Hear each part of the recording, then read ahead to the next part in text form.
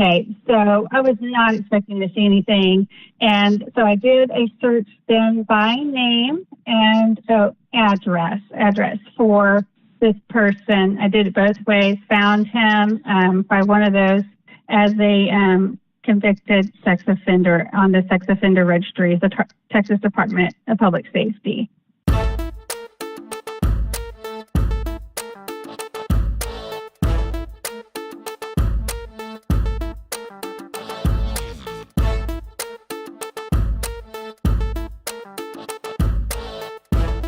Tracy is a fantastic wife, mother, and political activist.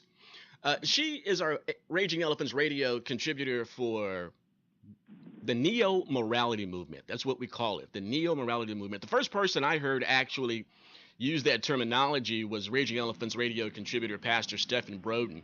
He called it neo-morality, new morality. We don't need a new morality.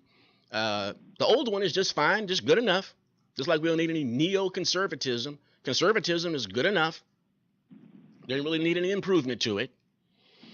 And it's that's what Tracy does. I mean, she battles the new moralist, the new moralist, the ones that are advocating for this new morality to normalize what God has even called an abomination.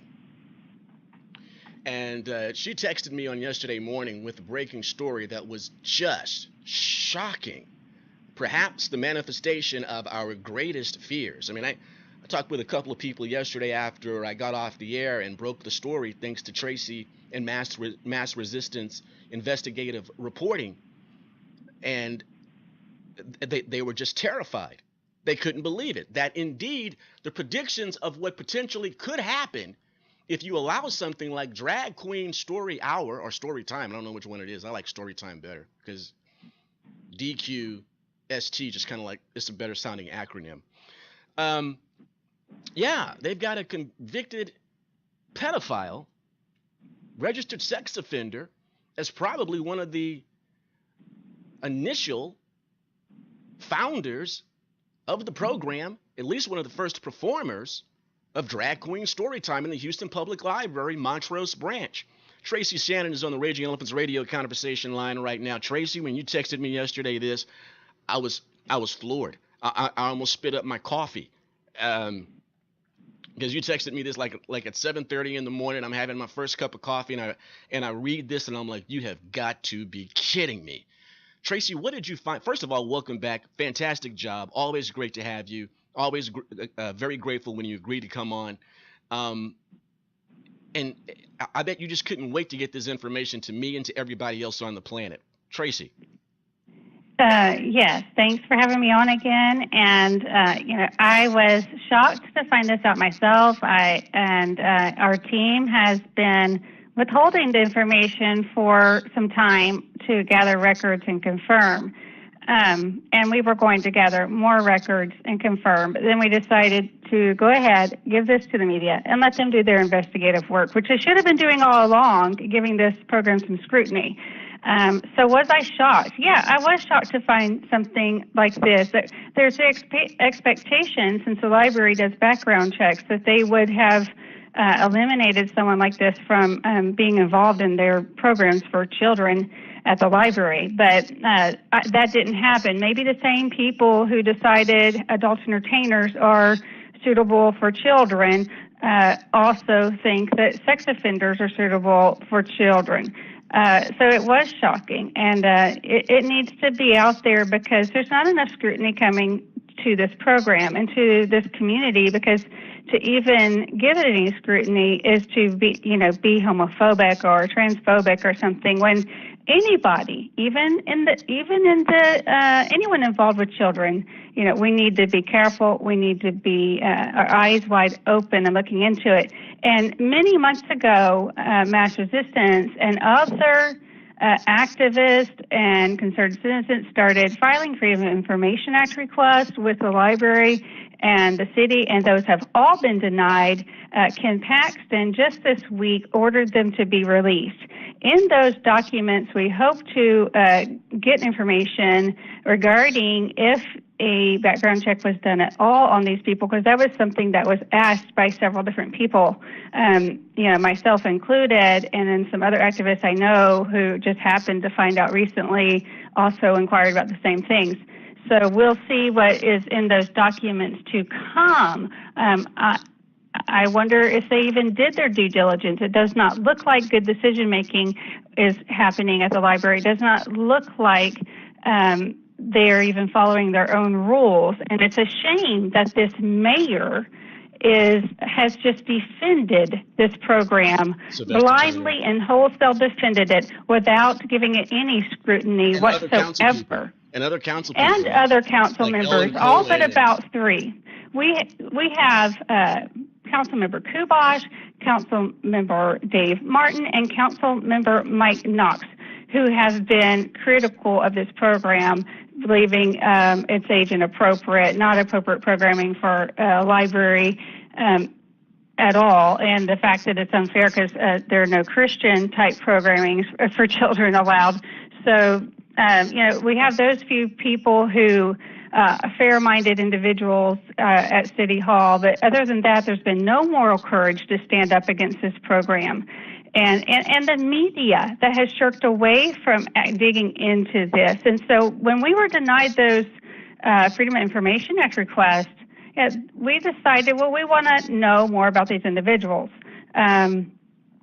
So we started looking just to see, what was on their social media, so we could show the mayor and council, hey, the people that are being held up as role models might not be what parents really want to hold up as role models. They use their stage names at the library. Anybody can use Google. Even a child can say out loud, hey, Siri, show me, drag queen Blackberry, and then get a whole eye full of inappropriate images. But of course, we're not talking about Blackberry today. He's not the drag queen that was involved in this. So, it's shocking. I want to get to it's shocking. I want to get to who that person is, but right. Okay, let's go through the steps to make so that everyone knows that you're not making this up, that this is not fake news, that there is veracity to it, that this is what we do at Raging Elephants Radio, and this is what you guys do at Mass Resistance. We're not going to put any fake news out there. We're going to be bold about putting the news out there to Texans that they need to hear, that the mainstream big corporate media, even here in Texas, Hearst newspapers generally, and the television stations will not cover. Well, we're going to do it here.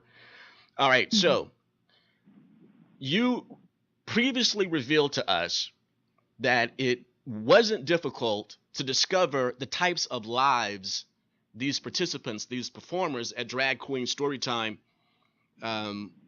they live away from the public library, their private lives, the attendance to drag queen conferences, actually performing at drag queen cabarets and pageants and things like that. And we have stated previously, and we stated here unequivocally, what they do in their private lives, in their private abodes, on commercial property. If a nightclub owner wants to have a drag queen cabaret, that's that commercial property business owner's business to do that. That should not be criminalized. He or she has the right to do that.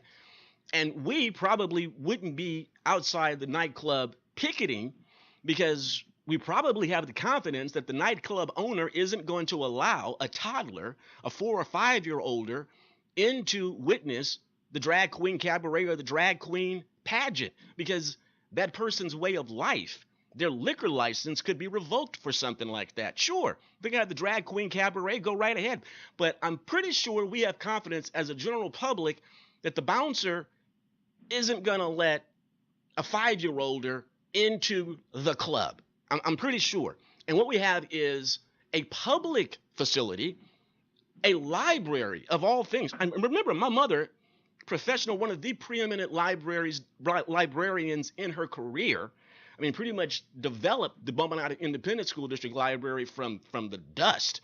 And these things are happening in the public library, in which she was involved in, in her hometown of Beaumont. And atrocious. And as taxpayers, we do have a right to voice a grievance when this is happening and when it's being directed towards babies essentially, and City Hall has the power to stop it, and they won't. So the first thing that you were able to discover was what was going on in their private lives, what they were portraying in the library versus what they were actually doing in their private lives. What did you discover? Let's go over that again, because that's where the trail actually began on who these people were, or should I say who these people are. Tracy Shannon. Right. So we started to look into what is on their social media, just Googling their stage names, because that would be the first thing if any child, and I know my young one could Google from the time he was 3. So we started looking at these stage names and following the trail from there. And you didn't have to go far at all, a couple clicks, and there was just very inappropriate, sometimes just, show me and then say the name, and there was some inappropriate images. So we saw that they're very immersed in erotica, some into the leather BDSM conventions, and some are pups, which are people who pretend to be dogs, who use dog masks and play on the floor with each other, get in a big pile with, partially undressed, sometimes rear ends exposed at there's these big conventions at hotels, these leather conventions. I don't know if I'll ever stay at a hotel again, certainly not when I know that took place, because there's just bare rear ends of men all over the place. Like, oh my gosh, where could I sit after this took place? And if you can understand, you're talking about the people that are participating in the drag queen story time at the library, right? So you're going into social media, right, and you see how the people are in their private, away from the library, and these are the people that are, if you will, ministering or shaping or influencing 3, 4, and 5-year-olders. Yeah, they're being hailed as LGBTQ role models for children, to help them find out and be comfortable with who they are. What parent in their right mind wants a child to be a drag queen or be an adult entertainer over all the other possibilities out there? But and who holds up for their children someone who's involved in all this kind of erotica that's out there that they're into? It's very inappropriate to do that for children, and you don't have to look very far to see this. And I realize what they do in the library is different from what they do at the clubs and in the hotel conventions and that sort of thing. However, it's not that private when their whole social media is full of it, because their social media is not private, right? The reports that you've been giving us and others have been giving us is that they may not be walking into the Houston Public Library with derriere-less chaps, to put it kindly. But right, when you're coaxing the children to say, raise your hand if you want to be a drag queen, or if you think you're a drag queen, or shake your booty to a 3-year-older, they may not be doing the S&M club routine, but right, they're pretty close. when you're doing it to 3 and 4-year-olders, the spirit of what they're doing in the club is still being demonstrated in the Houston Public Library. It's promoting acceptance of all the types of debauchery that these people are immersed in. That's how I would put it. It's promoting that softly to children at a young age. That's what's and it's obvious the adults are the ones most entertained by this, the most tickled, and who are enjoying it the most, and make up the bulk of the attendance. Wow. You don't think they're even parents? You think they're just other activists or there are parents or family members of the children that take them, but most of them, as we've been going through all of these social media and looking at the videos that have been posted, even though the library says they don't allow video recording, yes, they have. They just don't like the scrutiny, so they pick and choose who can. So, yes, looking at that, yes, we see many activists, many people who are close to the drag queens themselves.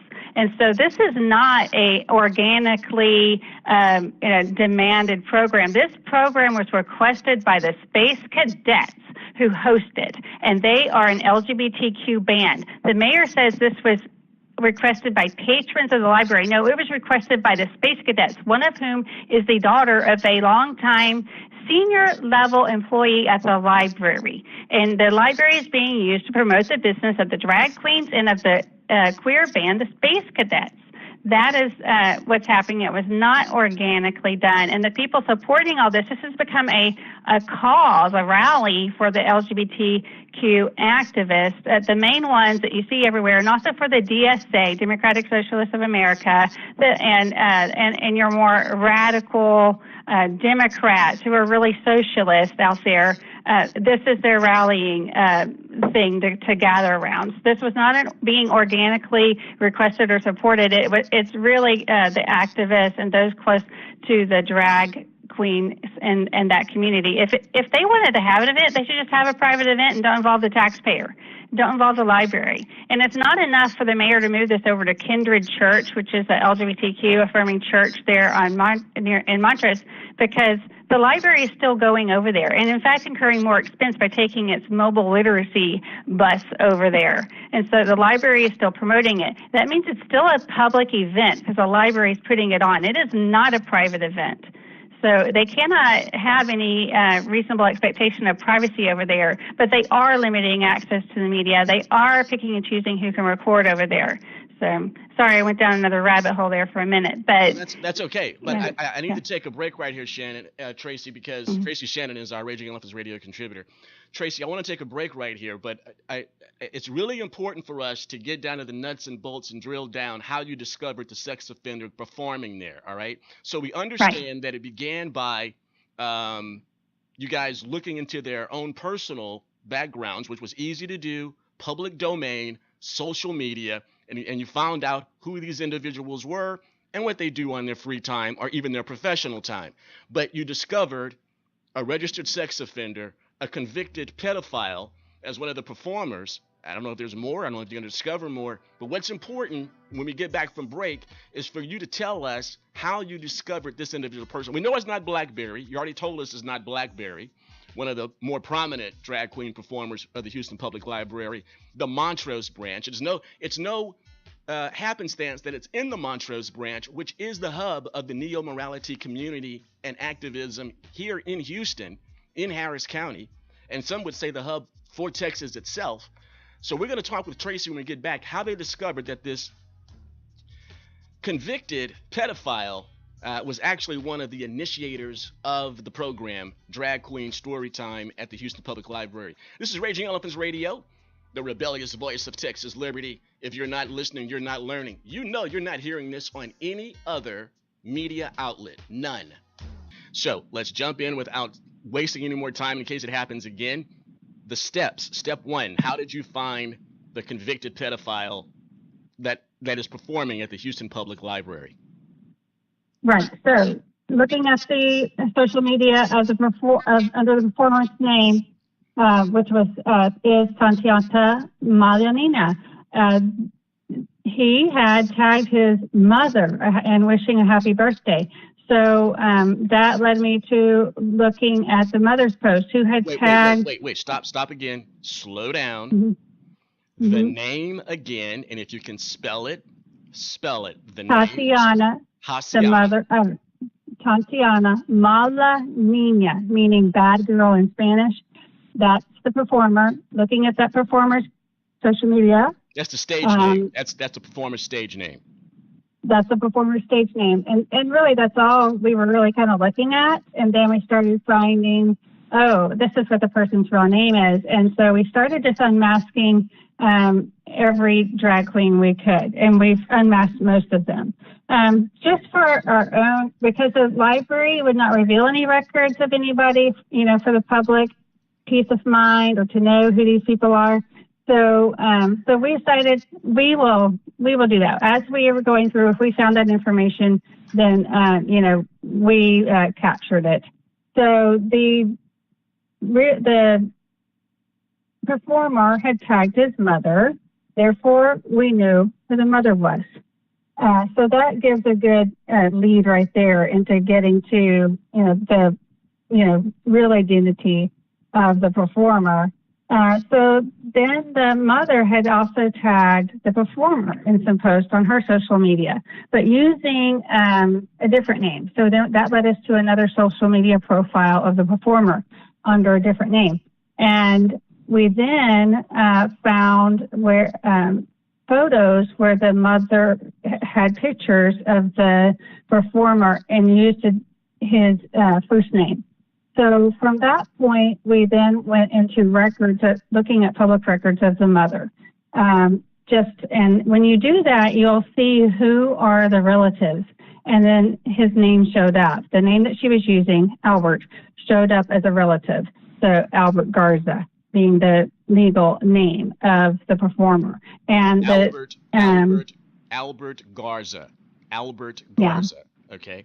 And the pseudonym or stage name once again is Tatiana Mala Nina, which is a Spanish for bad girl. Tatiana Mala Nina. Yeah. Okay. But the given name, the we legal knew name. enough. Yeah, we knew enough about this person too. Like whenever you do some of these background search things, it'll show you some of their social media as well. So with that, we were able to tie and look at the picture provided through the background and tie this, link it up. I mean, it was really pretty obvious when this person has all kinds of witchcraft stuff posted in their social media, and then you see one of their email accounts is, something about witchcraft. Witchcraft. So, oh yeah, that was one of the things that we were finding is that, a few of these people, not just one or two, but, quite a few are into witchcraft. So, and this one is one of the ones that's, really into it, looking at the social media seems to really be into it, along with a few others. So, you, of course, we don't have any problems in publishing and disclosing the real name of this person, because then you just did a basic background check and found out that this what was the given name again? The birth name or the legal name? Yeah, legal name. Albert Garza. Albert Garza. So you did a public record search? Yeah. That was the next step?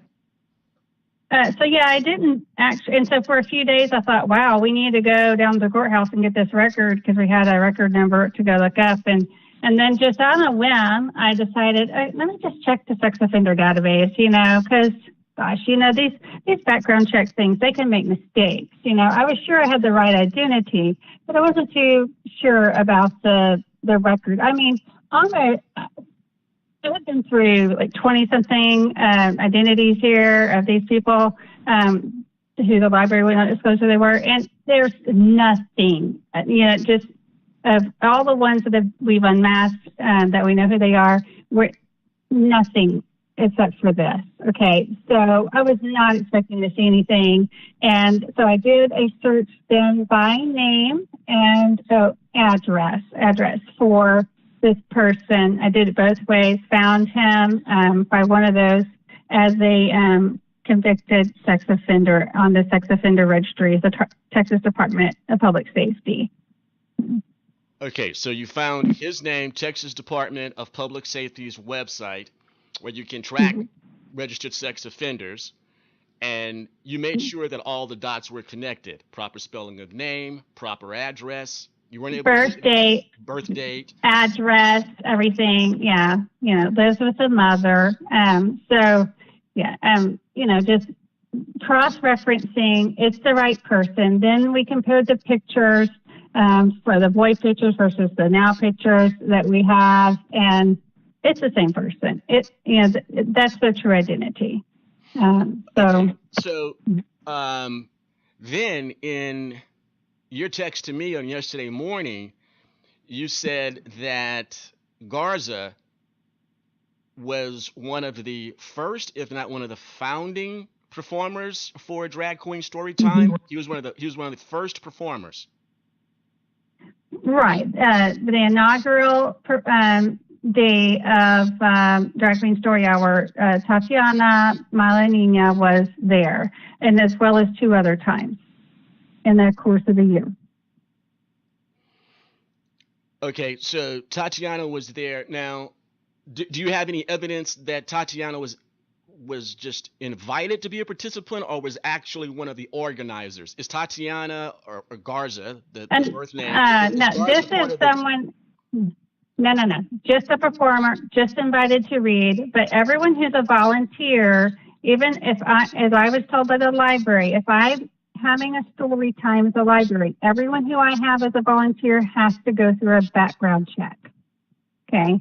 So this is not an organizer of the event. This person didn't, plot to, have the drag queen story hour, but was invited most likely by the Space Cadets, I would imagine, who are friends with 95% of the drag queen community, according to, their own statements. So that's how Tatiana was pulled in as a performer 3 times. So why did the library not know about this? Or do the same people think adult entertainers are cool people to have around your kids just think a sex offender is okay too? Do we have any now? Were you able to discover when these offenses took place? How long ago were these offenses took place? And was he incarcerated? And if he was, I couldn't tell if there was it didn't look like an incarceration. If it was short because this person's been out. But it looks like they got probation for 5 years. And I forgot the word that they used for it in the record, but where there's oversight, community supervision, 5-year probation, according to the record. So another record said something different, where it did look like there might have been a little bit of time incarcerated, but I'm talking months. So maybe that's why there was a difference in that record saying it was 10 years probation, and this one said 5 years probation. But the risk level is moderate. The registration is for a lifetime. So the penal code says that the violation was 22.021A and 2B. So if we looked at that penal code, I think I have it pulled up. So intentionally or knowingly causing the penetration of the anus or sexual organ of another person by any means without that person's consent, cause the penetration of the mouth or of another person or by the sexual organ of the actor without that person's consent, causes the sexual organ of another person without that person's consent to contact or penetrate the mouth, anus, or sexual organ of another person, including the actor. And then to B, the victim is younger than 14 years of age. And so the record says the victim was a male 8-year-old. And so the disposition date, 2009, I think the actual date was before that. So this has been over 10 years ago. Still, this was an adult, a 200-pound, 5'11" adult. 200-pound, 5'11" adult that's now a drag queen performer, convicted and possibly have served time for pedophilia. So, but probably not much. It just seems like the state sometimes doesn't value children quite enough. However, so that's been years ago, but it's just 10 years ago or more. But it's still on the record. It's still on the record. And what they tell us, what they've told you, is that they're supposed to do background checks on all volunteers. So how many people would want this kid, or your kids being, having this person as their role model? Because this is what, initially the library had posted on their website. They've changed it. But they used to have the same thing that the Drag Queen Story Hour. They just copied the language that just promoting queer role models to, And so is this what we're holding out for kids? Okay. So, sorry, but when you do bad things, it has consequences. And that means a lifetime of registering as a sex offender. So, and an 8-year-old is a defenseless victim. So it's just really It is sad. It is sad that our public officials have let us down. And this is a sad story that that this ever even happened, and that we even have to talk about drag queens being in the library. And it's just disturbing. Drag queens performing for children. All right, just to tie everything up, Tracy. Now, in your further investigations of the participants, the performers that you've been able to investigate so far, Garza, Tatiana Mila Nina, is the only one that you found so far with a criminal record, or the only sex offender you found so far? I think the only one with the confirmed, for sure, criminal record. So, I mean, this would be the only one. We haven't investigated every single one, or I would say unmasked. We have not unmasked, do not know the true identities of every single one, but this is the only one with a criminal record of any kind that I can confirm.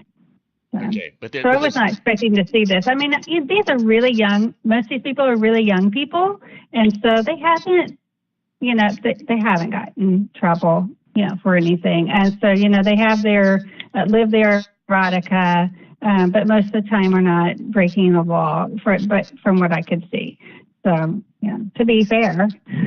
Well, we want to do that, but we also want to be. But let's still respect the boundaries of between children, right? And I think just I don't know this person, what they're like. Okay, but I just know as a parent and as a citizen, I expect the library to do better than this. They said supposed to do background checks, and apparently they're not. And if a mother and just a political activist with no real legal background can go in. To the Texas Department of Justice and Corrections and find the record on Mr. Garza as a convicted pedophile, they would have been able to do that too. And as a government entity, I would have thought they would have been able to do that with the push of a button. They would have some software to pull that up like E-Verify or something in a matter of seconds. And what about our media? If they had done any investigative journalism, I'm sure they have better tools than a mom, than just a stay-at-home mom and some grandmas, that are in this little network of people that have been researching. So, and we shouldn't have to research these individuals. The public records should have been made public. The library should have done its job. There would have been nothing to find if they would have done their job. There would have been nothing to find. This person wouldn't have been performing at the library. All the records would have been shared. Would have been like, okay, nothing here, nothing to talk about. So, but they didn't do that. It's been like they've had something to hide the whole time. So this is all on the library. It is all on the senior administrators. It is on Ellen Cohen, who's over that part of our city government. It is on Mayor Turner for not bringing scrutiny and not hearing our concerns for months. That's who it's on. And this is not about, is a drag queen a bad person? This is about, our beef is with the people we put in charge in this city who are not doing their job. We need to clean up City Hall. We need to clean up that library too. And Mass Resistance wants an independent audit of the library, and we want people fired. And in some cases, the voters are the ones that are going to have to do that, like in November, getting Sylvester the Cat Turner out of there, who supports this 100%. Okay, so only a few seconds left, only about 90 seconds left, Tracy. Okay, so I want to give you the opportunity to give us a heads up. What's coming up? I mean, they usually have these story times, the last Saturday of the month or something like that, and they've been trying to be sneaky with it the last time they actually moved the location. So what should we be looking for in the next couple of weeks? So Mass Resistance will be going back to City Hall sometime before the next Drag Queen Story Hour. But the next Drag Queen Story Hour is March 30th at Free Montrose Library, not at the library, it's at Kindred Church in Montrose. It was moved there. The library is going over there with their staff and their literacy bus, just like they did last month. And this was a maneuver to try to look like they did something. It's still not a private location. It's still being paid, being supported by taxpayers' dollars, and the library is entangled in it. So we're going to still protest the library. What they're seeking is sanctuary, like the Hunchback of Notre Dame.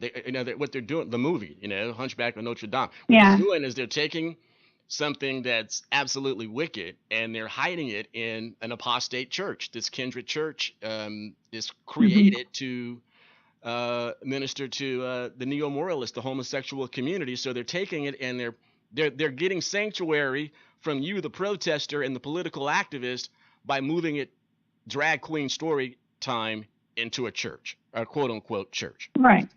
And it's legally not, when the library's involved and it's a public event advertised at the library's website, it is no longer, they cannot exercise act like it's a private venue, because it's not whenever the library's involved in having a public event. And what they're trying to do is limit the access to the media and only allow, friendly media to report. They'll make you talk to their communications department. They want to see your credentials. They actually ask, who are you going to report to? What are you going to write? And when is it going to be published? So they're trying to control the coverage of this. I mean, they've been very protective of this program. They don't want any scrutiny brought to it. And of course, that has just made the investigative team of Mass Resistance and our associate Concerned Citizen Network dig in deeper. And, which is how we found out about this individual that we're talking about today. Yeah, it's no different than if a city council, for some other reason, had to hold their city council meeting in a school gym and not city hall. Right. It's still a public meeting. It's still an event that's held by a public entity, and that would be the government. And the Houston Public Library is a government entity. It's just holding the event in a church and looking for sanctuary from you guys, because you're such pests. Don't you know you're a pest, Tracy? You're a harasser. That's what you is. Just leave them alone and let them continue to indoctrinate children and lead them down the path of cross-dressing, Tracy. Yeah. Fat chance, right, Tracy? Absolutely. Fat chance. Just, it's all crazy. It's all crazy. Yeah, well, we do not accept the insanity for the approval of the insane. We don't do that. I don't. We don't accept insanity to receive the approval of the insane. And that's what's going on with this whole drag queen story time and the neo-morality movement. All right, so there's always something happening with this. You guys are continuously at Mass Resistance doing your investigation and staying on these people like a mad dog on red meat. That's the way it should be. Saints and Patriots, Tracy Shannon of Mass Resistance and Raging Elephants Radio's contributor for the neo-morality movement. We're watching what they're doing when it comes to defiling the land, if I can use biblical terms. Thanks, Tracy. Talk to you next week. Thanks. Bye. Bye-bye, Tracy.